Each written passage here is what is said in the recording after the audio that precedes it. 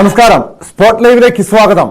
മനുഷ്യജീവന ഭീഷണിയാകുന്ന രീതിയിൽ കാട്ടാന ശല്യം രൂക്ഷമായതോടെ വയനാട്ടിൽ ജനരോഷം ആളിക്കത്തുകയാണ്. കാട്ടാന ആക്രമണത്തിൽ കൊല്ലപ്പെട്ട പോളിന്റെ മൃതദേഹവുമായി പുൽപ്പള്ളി ടൗണിൽ നാട്ടുകാർ റോഡ് ഉപരോധിക്കുന്നു. വനംവകുപ്പ് ഉദ്യോഗസ്ഥർക്ക് നേരെ ജനരോഷം ഇരമ്പി. വനംവകുപ്പിന്റെ ജീപ്പ് തകർത്തു, ഉദ്യോഗസ്ഥരെ തടഞ്ഞുവെച്ചു. നഷ്ടപരിഹാരമായി 50 ലക്ഷം രൂപയും ഭാര്യയ്ക്ക് ജോലിയും നൽകുമെന്ന് ജില്ലാ കളക്ടർ നടത്തിയ ചർച്ചയിൽ തീരുമാനമായെങ്കിലും സ്ഥലത്തിപ്പോഴും പ്രതിഷേധം തുടരുകയാണ്. അതിനിടെ പ്രതിഷേധക്കാർക്ക് നേരെ പോലീസ് ലാത്തി വീശി.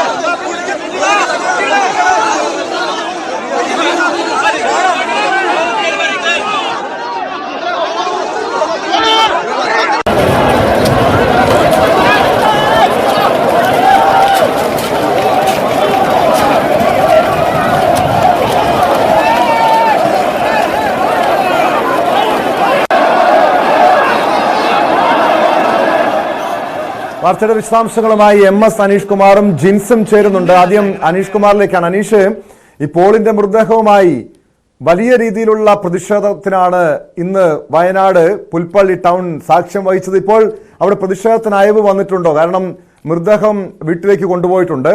ഈ ഒരു സാഹചര്യത്തിൽ ഇപ്പോൾ അവിടെ എന്താണ് സംഭവിക്കുന്നത്? ഒരു പ്രതിഷേധം കൂടുതൽ ശക്തമാക്കാൻ തന്നെയാണോ നാട്ടുകാരുടെ തീരുമാനം?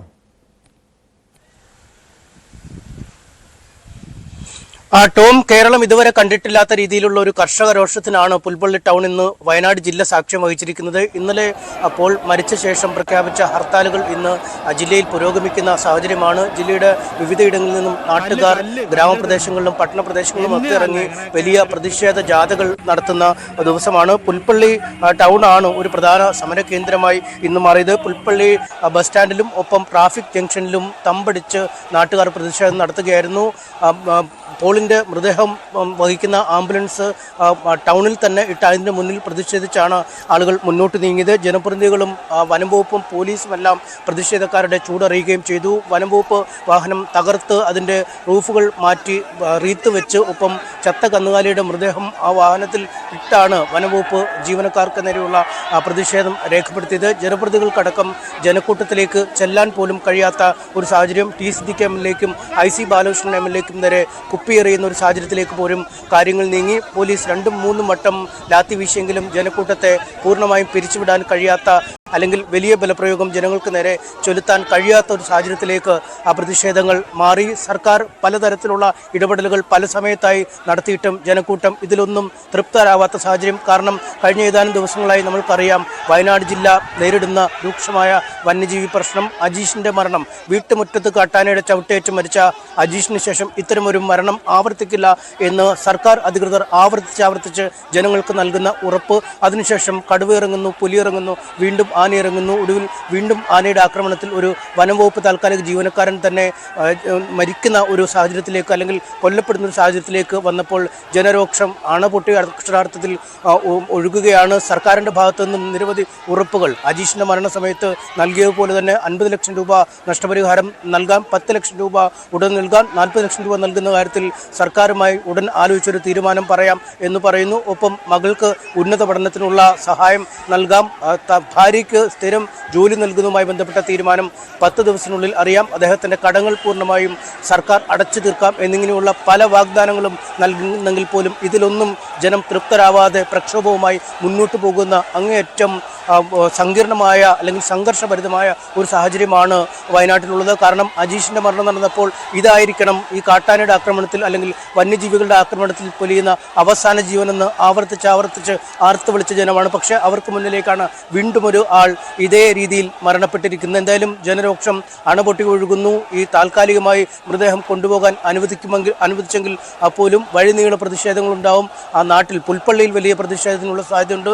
ജില്ലയുടെ വിവിധയിടങ്ങളിലെ ജനം തെരുവിലിറങ്ങിയിരിക്കുന്ന ഒരു കാഴ്ച, സ്ത്രീകളും കുട്ടികളും വൈദികരും കർഷകരും ട്രാക്ടറുകളും ഒക്കെ എന്തി ആളുകൾ പുറത്തേക്ക് ഇറങ്ങുന്ന ഒരു കാഴ്ചയാണ് ജില്ലയുടെ വിവിധ ഭാഗങ്ങളിൽ നടക്കുന്നത്. എന്തായാലും ഈ ജനരോഷത്തെ തണുപ്പിക്കാൻ ചെറിയ മാർഗങ്ങളൊന്നും പോരാ. പ്രത്യേകിച്ചും വനം മന്ത്രി ഇതുവരെ അജീഷിന്റെ മരണ ശേഷം പോലും ഇതുവരെ ആ കുടുംബത്തെ കാണാൻ തയ്യാറായിട്ടില്ല. അതിനുശേഷമാണ് ഒരു വനം വകുപ്പിന്റെ ജീവനക്കാരൻ ഇങ്ങനെ കാട്ടാന ആക്രമണത്തിൽ കൊല്ലപ്പെടുന്നത്. അത് തന്നെയാണ് വലിയൊരു പ്രതിഷേധത്തിന് കാരണം. സ്വാഭാവികമായും ജനങ്ങൾ ഉയർത്തുന്ന ആ ഒരു ആവശ്യവും ന്യായമല്ലേ? നമുക്കറിയാം, സാധാരണ ഏതൊരു ദുരന്തം സംഭവിച്ചാലും അവിടെ മന്ത്രിമാർ വരാറുണ്ട്, ജനങ്ങളെ കേൾക്കാറുണ്ട്, അവരുടെ പ്രശ്നത്തിലൊക്കെ ഇടപെടാറുണ്ട്. പക്ഷെ ഇത്തരം ഗുരുതരമായൊരു സാഹചര്യം വയനാട് അടക്കമുള്ള മലയോര മേഖലകളിൽ, മലയോര ജില്ലകളിൽ രൂക്ഷമായ സാഹചര്യം ഉണ്ടായിട്ടും എന്തുകൊണ്ടാണ് ഒരു മന്ത്രിസഭാംഗം പോലും അവിടേക്ക് തിരിഞ്ഞു നോക്കാത്തത്? ഈ ഒരു വിഷയം എനിക്ക് തോന്നുന്നു ഇന്ന് കോൺഗ്രസിന്റെ ചില MLA-മാർ, ടി സിദ്ദിഖ്, IC ബാലകൃഷ്ണൻ ഉൾപ്പെടെയുള്ള MLA-മാർ സ്ഥലത്തെത്തിയിരുന്നു. പ്രതിഷേധക്കാർക്കൊപ്പം പ്രതിഷേധത്തിൽ അണിനിരന്നിരുന്നു. പക്ഷെ അവർക്ക് നേരെയും ജനരോക്ഷം ഇരമ്പുന്ന കാഴ്ചയാണ് ഉണ്ടായത്. ഈ ഒരു എനിക്ക് തോന്നുന്നു ഒരു പരിധിവരെയും മറ്റ് രാഷ്ട്രീയ പാർട്ടിക്കാർ പോലും ഇവിടുത്തെ കർഷകരുടെയും നാട്ടുകാരുടെയും പ്രശ്നത്തിൽ ഇടപെട്ടുകൊണ്ടൊരു സമര രംഗത്തേക്ക് ഇറങ്ങാൻ വൈമുഖ്യം കാണിക്കുന്നതുകൊണ്ടാണ്. അതുകൊണ്ട് തന്നെയല്ലേ നാട്ടുകാർ ഈ രീതിയിൽ തെരുവിലിറങ്ങാൻ കാരണമായത്, അവരെ നിർബന്ധിതരാക്കിയത്? അനീഷ്, തീർച്ചയായും ടോം, ഈ അജീഷിന്റെ മരണം നടന്നു ഒരാഴ്ച കഴിഞ്ഞിട്ടും ഒരിടയ്ക്ക് പോലും, അതായത് ആദ്യത്തെ ദിവസങ്ങളിലെ കലാപം ഒന്ന് ശമിച്ചു, സാധാരണഗതിയിലേക്ക് ജനജീവിതം മടങ്ങിയെത്തി. ആ സമയത്തെങ്കിലും വേണമെങ്കിൽ വനമന്ത്രിക്ക് ആ വീട്ടിലെത്തി ആ കുടുംബത്തോടുള്ള ഒരു ഐക്യപ്പെടൽ നടത്താമായിരുന്നു എന്നാണ് ചൂണ്ടിക്കാണിക്കുന്നത്. പക്ഷേ അതിനുശേഷമാണ് വീണ്ടും ഒരു മരണമുണ്ടാകുന്നത്. ആ മരണമുണ്ടാകുമ്പോഴും അദ്ദേഹം ചുരം കയറി എത്താൻ തയ്യാറാവുന്നില്ല എന്നത് തന്നെയാണ് ജനങ്ങളുടെ ഏറ്റവും വലിയ പ്രതിഷേധം. കാരണം മന്ത്രിക്കറിയാം, ഒരുപക്ഷെ ഈ സമയത്ത് ഈ കാര്യങ്ങൾ, പ്രതിഷേധങ്ങൾ ആറിത്തണുക്കും മുമ്പ് വയനാട്ടിലേക്ക് എത്തിയാൽ ജനരോഷത്തിന്റെ ചൂട് അറിയുമെന്ന് അദ്ദേഹത്തിനറിയാം. കാരണം രാഷ്ട്രീയ വ്യത്യാസമില്ലാതെ ജനപ്രതിനിധികളെ ഒന്നടങ്കം വയനാടുകാർ ബഹിഷ്കരിക്കുന്ന കാഴ്ച, അല്ലെങ്കിൽ അവരെ കൂകി വിളിക്കുന്ന കാഴ്ചയാണ് നമുക്ക് കാണാൻ കഴിയുന്നത്. ടി സിദ്ദിഖും IC ബാലകൃഷ്ണനും ഒക്കെ ഈ അദ്ദേഹത്തിന്റെ മൃതദേഹം ഏറ്റുവാങ്ങിയാണ് വയനാട്ടിലേക്ക് കൊണ്ടുവന്നതെങ്കിൽ പോലും ഒരു ജനാധിപത്യ സംവിധാനങ്ങളെയും ഒരു ഔദ്യോഗിക സംവിധാനങ്ങളെയും വിശ്വാസമില്ലാത്ത രീതിയിലേക്ക് വയനാട്ടിലെ ജനത മാറിക്കഴിഞ്ഞിരിക്കുന്നു. മുഖ്യമന്ത്രിയോ വനമന്ത്രിയോ MLA-യോ MP-യോ ഒന്നുമല്ല അവർക്ക് പ്രശ്നം. ഒരു തരത്തിലുമുള്ള ജനാധിപത്യ സംവിധാനങ്ങളെ അവർ വിശ്വസിക്കാത്ത തരത്തിലേക്ക് കാര്യങ്ങൾ നീങ്ങുന്നു. കാരണം അവരുടെ സ്വത്തിനും ജീവനും ഒരു തരത്തിലുമുള്ള സംരക്ഷണം ലഭിക്കുന്നില്ല. ഓരോ ആഴ്ചയിലും ഓരോരുത്തർ വീതം വന്യമൃഗ ആക്രമണത്തിൽ മരിക്കുന്ന കാഴ്ച, വീടിനുള്ളിൽ നിന്നും പുറത്തേക്കിറങ്ങുന്ന ആൾ മരിക്കുന്നു, കടുവ ഭക്ഷിച്ചൊരാളെ കൊല്ലുന്നു. തലനാരിഴയ്ക്കാണ് ഒരു വീട്ടമ്മ കഴിഞ്ഞ ദിവസം കടുവയുടെ ആക്രമണത്തിൽ നിന്നും രക്ഷപ്പെടുന്നത്.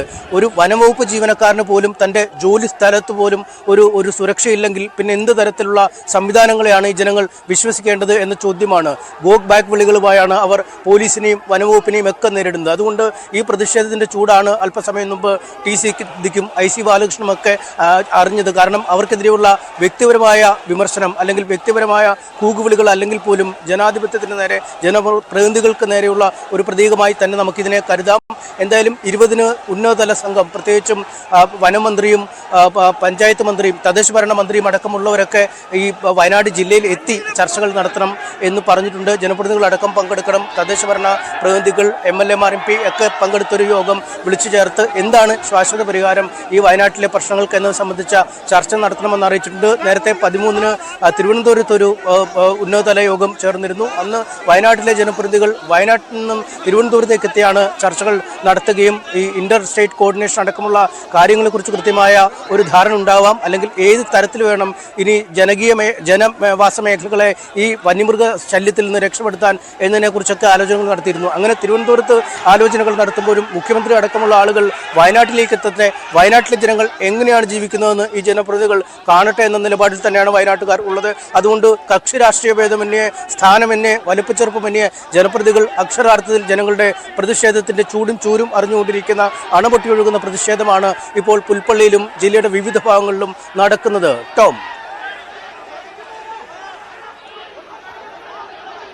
തീർച്ചയായും അനീഷിലേക്ക് തിരികെ എത്താൻ. അനീഷ് സൂചിപ്പിച്ചതുപോലെ ഇവിടുത്തെ രാഷ്ട്രീയ കക്ഷികളോടുള്ള വിശ്വാസം, ജനാധിപത്യ സംവിധാനങ്ങളുള്ള വിശ്വാസം വയനാട്ടിലെ ജനങ്ങൾക്ക് നഷ്ടപ്പെട്ടിരിക്കുന്നതിന്റെ പ്രധാനപ്പെട്ട തെളിവായിരുന്നു ഇന്ന് വയനാട്ടിലെ പുൽപ്പള്ളി ടൗണിൽ കണ്ടത്. കാരണം പരസ്പരം പഴിചാരുന്ന കേന്ദ്ര സർക്കാരിനാണ് ഇതിന് ഉത്തരവാദിത്വമെന്ന് പറഞ്ഞുകൊണ്ട് സംസ്ഥാന സർക്കാർ ഒഴിഞ്ഞു മാറുന്ന അവസ്ഥ.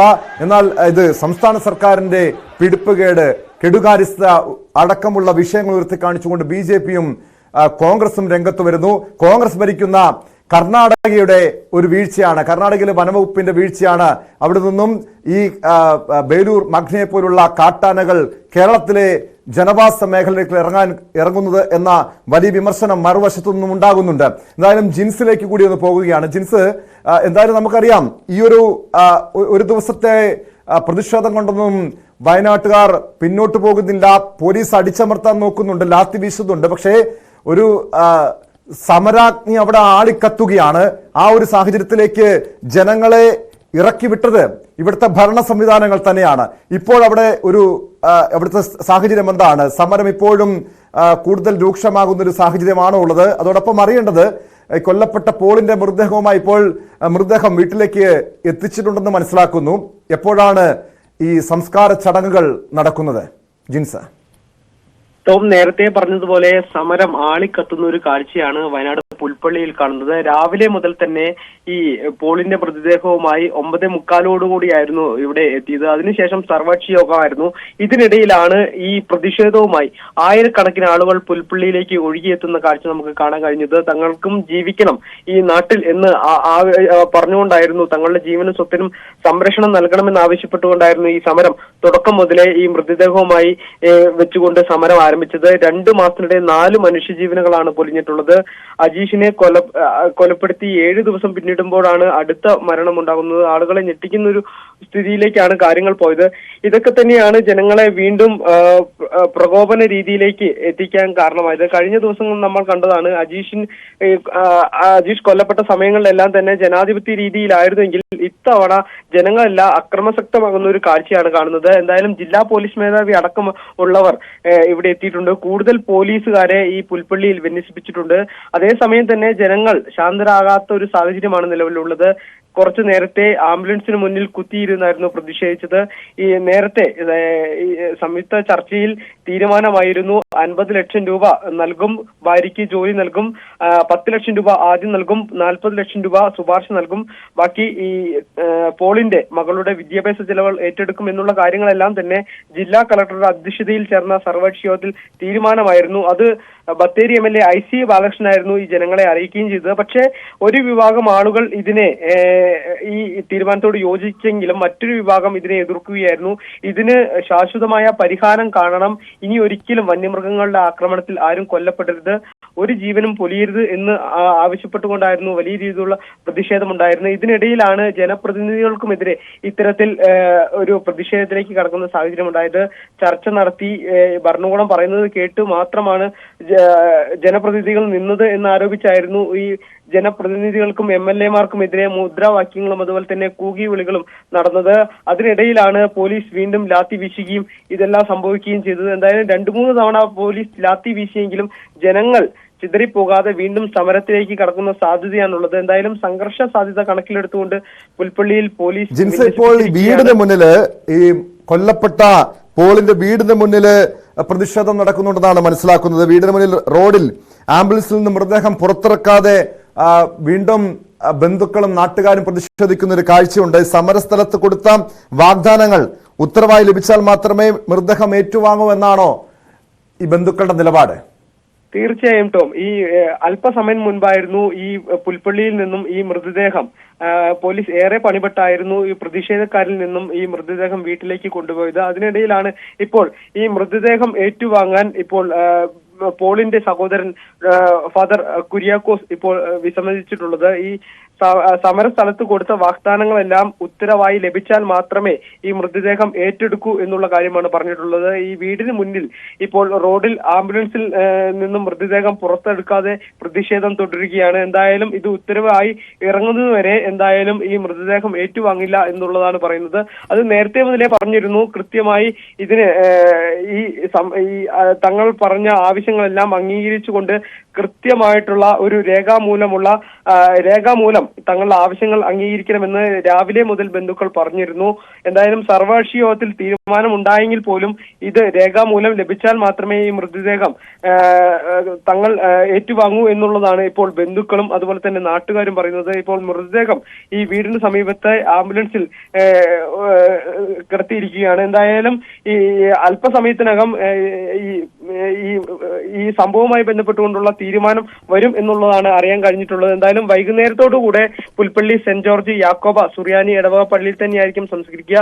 മറ്റുള്ള ചടങ്ങുകൾ നടത്തേണ്ടതുണ്ട്. എന്തായാലും ഈ തീരുമാനങ്ങൾ ഉടൻ ഉണ്ടാകുമെന്നുള്ള ഒരു പ്രതീക്ഷയാണ് നിലവിലുള്ളത്. അതേസമയം തന്നെ പുൽപ്പള്ളിയിൽ സമരം തുടരുന്ന ഒരു സാഹചര്യം നിലവിലുണ്ട്. കേട്ടോ,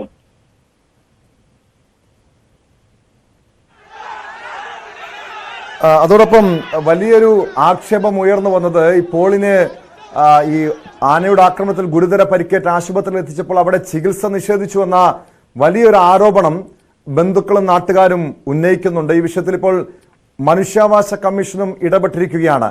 എന്താണ് മനുഷ്യാവകാശ കമ്മീഷന്റെ ഈ സംഭവത്തിൽ കേസെടുത്തിരിക്കുകയാണോ? എന്ത് നടപടികളായിരിക്കും ഉണ്ടാകാൻ പോവുക? ജിൻസ്, നിലവിൽ ഇന്നലെ രാവിലെ 9:30 ഈ പോള് കാട്ടാനയുടെ ആക്രമണത്തിൽ ഗുരുതരമായി പരിക്കേൽക്കുന്നത്. ഉടനെ തന്നെ മാനന്തവാടി മെഡിക്കൽ കോളേജിൽ എത്തിക്കുകയും ചെയ്തു. പക്ഷേ 1 മണിക്ക് ശേഷമാണ് ഈ കോഴിക്കോട് മെഡിക്കൽ കോളേജിലേക്ക് കൊണ്ടുപോകാൻ കഴിഞ്ഞത്. കൃത്യമായി ചികിത്സ നൽകിയിരുന്നെങ്കിൽ തന്റെ പിതാവ് മരിക്കില്ലെന്ന് മകളും അതുപോലെ തന്നെ ബന്ധുക്കളടക്കം പറയുന്ന ഒരു ഇതുണ്ടായിരുന്നു. കൃത്യമായി ചികിത്സ ലഭിച്ചില്ല എന്നുള്ള ആരോപണം ഇന്നലെ മുതലേ ഈ കുടുംബവും നാട്ടുകാരും ഉന്നയിക്കുന്ന ഒരു സ്ഥിതിവിശേഷം ഉണ്ടായി. എന്തായാലും ഈ വാർത്തയുടെ അടിസ്ഥാനത്തിൽ നിലവിൽ മനുഷ്യാവകാശ കമ്മീഷൻ സ്വമേധയാ കേസെടുത്ത് അന്വേഷണം ആരംഭിച്ചിട്ടുണ്ട്. ജില്ലാ കളക്ടർക്കും അതുപോലെ തന്നെ ജില്ലാ മെഡിക്കൽ കോളേജ് ആശുപത്രി സൂപ്രണ്ടിനും ഈ ആക്രമണത്തെക്കുറിച്ച് അന്വേഷണം നടത്തിക്കൊണ്ട് 15 ദിവസത്തിനകം റിപ്പോർട്ട് സമർപ്പിക്കാനാണ് നിലവിൽ കമ്മീഷൻ ആയിട്ടുള്ള ബൈജുനാഥ് ആവശ്യപ്പെട്ടിരിക്കുന്നത്. എന്തായാലും നിലവിൽ 15 ദിവസത്തിനുള്ളിൽ ഈ റിപ്പോർട്ട് സമർപ്പിക്കണം എന്നുള്ള കാര്യമാണ് പറഞ്ഞിട്ടുള്ളത്. ഈ വാർത്തയുടെ അടിസ്ഥാനത്തിലായിരുന്നു കമ്മീഷൻ സ്വമേധയാ രജിസ്റ്റർ ചെയ്ത ഈ കേസിൽ നടപടി ഉണ്ടായിട്ടുള്ളത്. അടുത്ത മാസം വയനാട്ടിൽ നടക്കുന്ന സിറ്റിംഗിൽ ഈ കേസ് പരിഗണിക്കും എന്നുള്ള കാര്യവും പറഞ്ഞിട്ടുണ്ട്. നേരത്തെ മുതലേ ഈ പോളിന് ചികിത്സ നിഷേധിച്ചതുമായി ബന്ധപ്പെട്ടുകൊണ്ടുള്ള പരാതി കുടുംബവും നാട്ടുകാരും ഉന്നയിച്ചിരുന്നു. അതിന് എന്തായാലും നിലവിൽ വനംവകുപ്പ് മന്ത്രി അടക്കം ഇതിനെ വിമർശിച്ചുകൊണ്ടായിരുന്നു ഇത് രാഷ്ട്രീയ നേട്ടങ്ങൾക്ക് വേണ്ടി ആണ് കൃത്യമായി ചികിത്സ നൽകാൻ കഴിഞ്ഞു എന്നായിരുന്നു ആരോഗ്യമന്ത്രിയും വനംവകുപ്പ് മന്ത്രിയും പറഞ്ഞത്. എന്തായാലും നിലവിൽ അന്വേഷണത്തിന് ഉത്തരവിട്ടിട്ടുണ്ട്. അക്കാര്യങ്ങളെല്ലാം തന്നെ അടുത്ത ദിവസങ്ങളിൽ നമുക്ക് കാണാൻ കഴിയും. എന്തായാലും വയനാട്ടിൽ പ്രതിഷേധം അലയടിക്കുന്ന കാഴ്ചയാണ്. വയനാട്ടിൽ സംയുക്തമായി പ്രഖ്യാപിച്ചിരിക്കുന്ന ഹർത്താലും പുരോഗമിക്കുകയാണ്. എന്തായാലും ഹർത്താലിനോട് സഹായിക്കുന്ന കാഴ്ചയാണ് നിലവിൽ കാണുന്നത്. രാവിലെ മുതൽ തന്നെ ആളുകൾ വിവിധ ഇടങ്ങളിൽ പ്രതിഷേധവുമായി രംഗത്ത് വരുന്ന വ്യക്തമാണ്. ജിൻസ് തുടരുക. MS സനീഷ് കുമാറിൽ കൂടി ഒന്ന് പോവുകയാണ്. എന്തായാലും ജിൻസ് സൂചിപ്പിച്ചതുപോലെ വിവിധ രാഷ്ട്രീയ കക്ഷികൾ ആഹ്വാനം ചെയ്ത ഹർത്താൽ അവിടെ പുരോഗമിക്കുന്നുണ്ട്. വയനാട്ടിലെത്തിയ KSRTC ദീർഘദൂര ബസ്സുകളടക്കം പ്രതിഷേധക്കാർ തടയുന്ന സാഹചര്യമുണ്ടായി. അതിനിടെ ഈ കടുവയുടെ ആക്രമണത്തിൽ ഒരു പശു കൂടി ചത്തുവെന്ന വളരെ ഞെട്ടിപ്പിക്കുന്ന ഒരു വാർത്ത കൂടി രാവിലെ വന്നിരുന്നു. കാരണം ഇത് വയനാട്ടിലെ ഈ വന്യമൃഗ ശല്യം കൂടുതൽ രൂക്ഷമാകുന്ന അവസ്ഥ. കാട്ടാന, കടുവ ഈ വയനാട്ടിൽ മാത്രമല്ല അനീഷ്, ഇന്ന് പാലക്കാട് ധോണിയിലും കഴിഞ്ഞ ദിവസം ഇടുക്കിയിലും അതുപോലെ പത്തനംതിട്ടയിലും അടക്കം വന്യമൃഗങ്ങളുടെ പ്രത്യേകിച്ച് കാട്ടാന, കടുവ, മറ്റ് കാട്ടുപോത്ത്, കാട്ടുപന്നി അടക്കമുള്ളവ മനുഷ്യജീവന് ഭീഷണിയാകുന്ന മറ്റ് വളർത്തുമൃഗങ്ങൾക്ക് ഭീഷണിയാകുന്ന രീതിയിലേക്ക് കാര്യങ്ങൾ പോകുന്നു. ഇപ്പോൾ മന്ത്രിമാരുടെ സംഘം അടുത്ത ആഴ്ച വയനാട്ടിലേക്ക് വരുമെന്ന് അറിയിച്ചിട്ടുണ്ട്. ഈ പ്രതിഷേധക്കാരുടെ ആവശ്യം എങ്ങനെയാണ്? ഈ ശാശ്വതമായ ഒരു പരിഹാരമെന്ന് പറയുമ്പോൾ ഏത് രീതിയിലൊരു ഇടപെടൽ ഈ വിഷയത്തിൽ വേണമെന്നാണ് നാട്ടുകാർ പറയുന്നത്? അനീഷ, അക്ഷരാർത്ഥത്തിൽ സർക്കാരിന് ഇതൊരു കൊഴിഞ്ഞു പറഞ്ഞ പ്രശ്നമാണ്. കാരണം ഒരു വശത്ത് വനത്തിൻ്റെയും വന്യജീവികളുടെയും സംരക്ഷണവുമായി ബന്ധപ്പെട്ട ശക്തമായ കേന്ദ്ര നിയമങ്ങൾ നിലനിൽക്കുന്നു. മറുവശത്ത് ജനങ്ങളുടെ ജീവനും സ്വത്തിനും ഭീഷണിയായി നിരന്തരമായി കാട്ടിൽ നിന്നും ഈ പുറത്തേക്ക് ജനവാസ കേന്ദ്രങ്ങളിലേക്ക് വന്യജീവികൾ വരുന്നു. എന്തായാലും ഇതുമായി ബന്ധപ്പെട്ട് കർഷകർ തന്നെ ചില നിർദ്ദേശങ്ങൾ, കർഷക പ്രതിനിധികൾ തന്നെ ചില നിർദ്ദേശങ്ങൾ വെച്ചിരുന്നു. ഒന്ന്, ഈ കാട്ടാനയുടെയും അല്ലെങ്കിൽ കാട്ടുമൃഗങ്ങളുടെയും ആക്രമണത്തിൽ മരിക്കുന്നവർക്കായുള്ള നഷ്ടപരിഹാര തുക ഉയർത്തുക എന്നതാണ്. ഈ 5 ലക്ഷമോ 10 ലക്ഷമോ കൊടുത്താൽ ഒരു കർഷകന്റെ ജീവന് പകരമാവില്ല എന്നതാണ് അവർ പ്രധാനമായും മുന്നോട്ട് വയ്ക്കുന്നത്. വലിയ രീതിയിലുള്ള കടമെടുത്തും സാമ്പത്തിക പ്രാരാബ്ദങ്ങളുടെയൊക്കെ നട്ടം തിരിഞ്ഞാണ് പലരും കാർഷിക വൃത്തിയുമായി മുന്നോട്ട് പോകുന്നത്.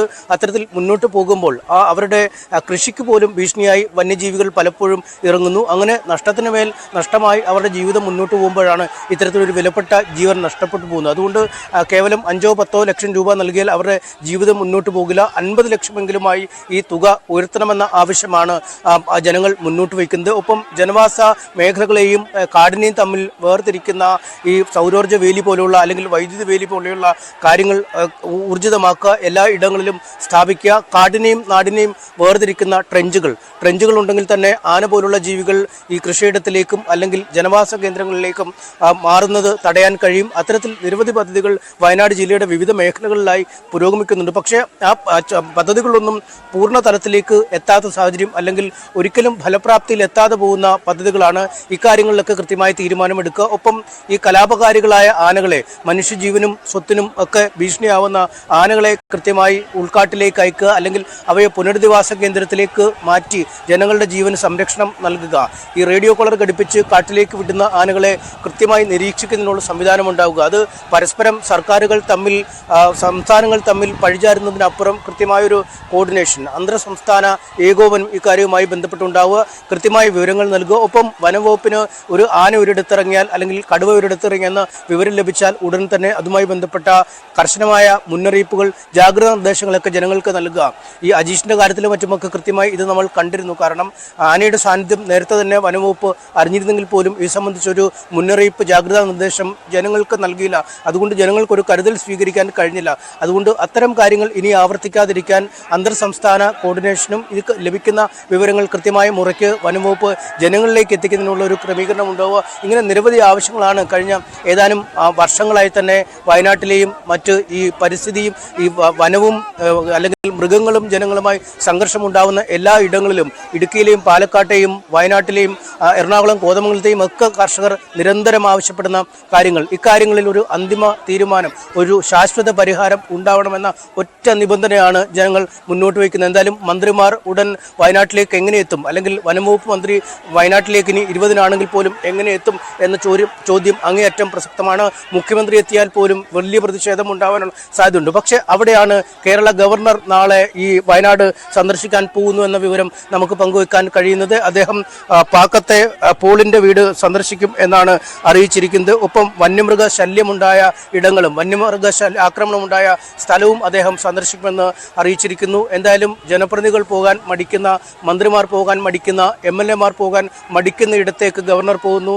നേരത്തെയും ഇത്തരത്തിൽ ഗവർണർ സർക്കാർ വിട്ടുനിൽക്കുന്ന ഇടങ്ങളിൽ അല്ലെങ്കിൽ മുഖ്യമന്ത്രിയും മറ്റു മന്ത്രിമാരും പോകാൻ മടിക്കുന്ന ഇടങ്ങളിൽ പോയിരുന്നു. എന്തായാലും അദ്ദേഹത്തിന്റെ ആ ദൗത്യം തുടരുന്നു എന്നാണ് മനസ്സിലാക്കാൻ കഴിയുന്നത്. നാളെ ഗവർണർ എത്തുമ്പോൾ ജനങ്ങളുടെ പ്രതിഷേധത്തിന്റെ ചൂടറിയുമോ അതോ ഗവർണർ ഒരു ആശ്വാസ മഴയായി ജനങ്ങൾക്ക് മാറുമോ എന്നതൊക്കെ നമുക്കിനി കാത്തിരുന്ന് കാണേണ്ടതാണ്. എന്തായാലും ഈ ധീരതയോടെ ഗവർണർ ഒരു ഉന്നതനായ ഭരണാധികാരി ജില്ലയിലേക്ക് പോകാൻ പോകുന്നു. 20-നാണ് സംസ്ഥാന സർക്കാർ നിർദ്ദേശം അല്ലെങ്കിൽ മുഖ്യമന്ത്രിയുടെ നേരിട്ടുള്ള നിർദ്ദേശപ്രകാരം വനമന്ത്രിയും തദ്ദേശഭരണ മന്ത്രിയും അടക്കമുള്ള ആളുകൾ വയനാട്ടിലെത്തി ജനപ്രതിനിധികളുടെ ആവലാതികൾ കേൾക്കാനും നാട്ടുകാർക്ക് എന്ത് പറയാനുണ്ട് എന്ന് കേൾക്കാനും ഇത് ശാശ്വതമായ പരിഹാരം, വന്യമൃഗ ശല്യവുമായി ബന്ധപ്പെട്ട ഒരു ശാശ്വത പരിഹാരം ഉണ്ടാക്കാനുള്ള കാര്യങ്ങളെക്കുറിച്ച് ചർച്ച ചെയ്യാൻ എത്തുകയും ചെയ്യുന്നത്.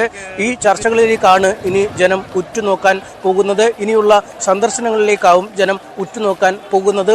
പ്രതിഷേധത്തിന്റെ തീജ്വാലകൾ എങ്ങനെ ഉയരും എന്നതാണ് കേരളം വയനാട്ടിലേക്ക് ഉറ്റുനോക്കാൻ. അനീഷ് സൂചിപ്പിച്ചതുപോലെ തന്നെ ഈ മന്ത്രിമാരും മുഖ്യമന്ത്രിയും അടക്കം വരാൻ മടിക്കുന്ന സ്ഥലത്തേക്ക്, അതായത് വരാൻ ഭയപ്പെടുന്ന സ്ഥലത്തേക്ക് ഗവർണർ ആരിഫ് മുഹമ്മദ് ഖാൻ നാളെ ആ പ്രതിഷേധ സ്ഥലത്തേക്ക് വയനാട്ടിലേക്ക് എത്തുന്നു എന്നത് അവിടുത്തെ നാട്ടുകാരെ സംബന്ധിച്ച് ആശ്വാസകരമായിരിക്കും. കാരണം ഒരു ഭരണതലത്തിലുള്ള ഒരു ഉന്നതൻ തന്നെ തങ്ങളുടെ പ്രശ്നം കേൾക്കാൻ എത്തുന്നു എന്നത് ഈ ഒരു പ്രതിസന്ധി ഘട്ടത്തിൽ അവർ വലിയ ഒരു അരക്ഷിതാവസ്ഥയിൽ നിൽക്കുന്ന സാഹചര്യത്തിൽ ഗവർണർ വരുന്നത് സ്വാഭാവികമായി അവരെ സംബന്ധിച്ച്, നാട്ടുകാരെ സംബന്ധിച്ച്, കർഷകരെ സംബന്ധിച്ച് ആശ്വാസകരമാണ്. പക്ഷെ അവിടെയും അനീഷ്, നമുക്കറിയാം ഈ കഴിഞ്ഞ ദിവസം മരിച്ച അജീഷിന് 10 ലക്ഷം രൂപ അജീഷിന്റെ കുടുംബത്തിന് ഒരു ധനസഹായം പ്രഖ്യാപിക്കുന്നു. ഈ പോളിന്റെ കുടുംബത്തിന് 50 ലക്ഷം രൂപ ധനസഹായം പ്രഖ്യാപിക്കുമെന്ന് പറയുന്നു. 10 ലക്ഷം രൂപ അടിയന്തരമായി കൊടുക്കുമെന്ന് വാഗ്ദാനം ഉണ്ടായിട്ടുണ്ട്. പക്ഷെ നമ്മൾ ഈ ഒരു വന്യജീവി ആക്രമണത്തിൽ കൊല്ലപ്പെടുന്നവരുടെ അവർക്ക് നഷ്ടപരിഹാരം നൽകുന്ന കാര്യത്തിലൊക്കെ ഒരു കൃത്യമായ മാനദണ്ഡമില്ല.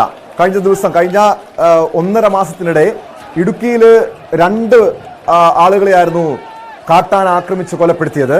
ഈ വർഷം മാത്രം ഇതുവരെ 5-ലധികം പേരാണ് വന്യജീവി ആക്രമണത്തിൽ കൊല്ലപ്പെടുന്നത്. ഈ ഇടുക്കിയിലെ സാഹചര്യത്തിൽ ഇടുക്കിയിൽ കൊല്ലപ്പെട്ടവർക്ക് യാതൊരു നഷ്ടപരിഹാരവും നൽകിയില്ല. കഴിഞ്ഞ വർഷങ്ങളിലൊക്കെ നിരവധി 20-ലധികം ആളുകളെ കാട്ടാനാക്രമണത്തിൽ മാത്രം കേരളത്തിൽ മാത്രം കൊല്ലപ്പെട്ടു എന്ന കൃത്യമായ റിപ്പോർട്ടുകളുണ്ട്. അവിടെയൊന്നും പലർക്കും നഷ്ടപരിഹാരം നൽകുന്നില്ല എന്ന വലിയ ആക്ഷേപമുയരുന്ന സാഹചര്യത്തിൽ കൂടിയാണ് ഈ പോളിന്റെ ഒരു മരണവുമായി ബന്ധപ്പെട്ട് വീണ്ടും ഈ നഷ്ടപരിഹാരം സംബന്ധിച്ചുള്ള വിഷയങ്ങളും വീണ്ടും ചർച്ചയാകുന്നത്.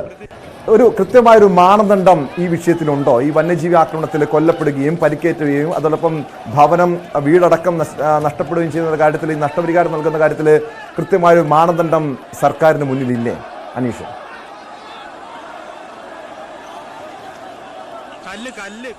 ടോമോ, അതുതന്നെയാണ് ഈ കർഷക സംഘടനകൾ അല്ലെങ്കിൽ ഈ പ്രക്ഷോഭ സമിതിയുടെ നേതൃത്വം മുന്നോട്ട് വെക്കുന്ന ഏറ്റവും പ്രധാനപ്പെട്ട കാര്യം. കാരണം ഇതിൽ കൃത്യമായ ഒരു മാനദണ്ഡമില്ല.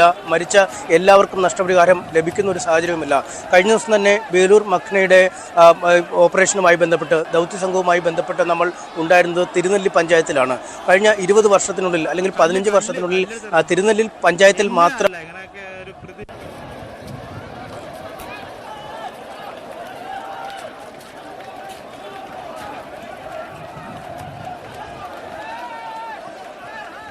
വലിയ രീതിയിലുള്ള പ്രതിഷേധത്തിനാണ് വയനാട് പുൽപ്പള്ളി നഗരം ഈ പകൽ സാക്ഷ്യം വഹിക്കുന്നത്.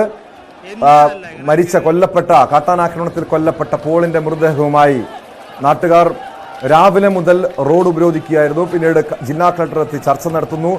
പോളിന്റെ ഭാര്യയ്ക്ക് സർക്കാർ ജോലി, 50 ലക്ഷം രൂപ നഷ്ടപരിഹാരം, 10 ലക്ഷം രൂപ അടിയന്തരമായി നൽകുമെന്ന് ഉറപ്പ് ലഭിച്ചതിനെ തുടർന്ന് മൃതദേഹവുമായി നാട്ടുകാരും ബന്ധുക്കളും വീട്ടിലേക്ക് പോയെങ്കിലും ഇപ്പോൾ വീടിന് മുന്നിലും സമാനമായിട്ടുള്ളൊരു പ്രതിഷേധം നടക്കുന്നുണ്ട്. അതായത് വാക്കാൽ പറഞ്ഞാൽ പോരാ, കൃത്യമായി എഴുതി നൽകണം.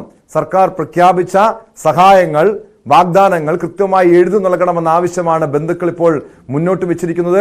അതിനിടെ ഈ വിഷയത്തിൽ ശാശ്വതമായ ഒരു പരിഹാരം വേണമെന്ന ആവശ്യം കർഷക സംഘടനകളും നാട്ടുകാരും സർക്കാരിനുമേൽ വെക്കുന്നുണ്ട്. കാരണം നേരത്തെ അനീഷ് സൂചിപ്പിച്ചതുപോലെ നഷ്ടപരിഹാരം നൽകുന്ന കാര്യത്തിൽ കൃത്യമായ മാനദണ്ഡമില്ല.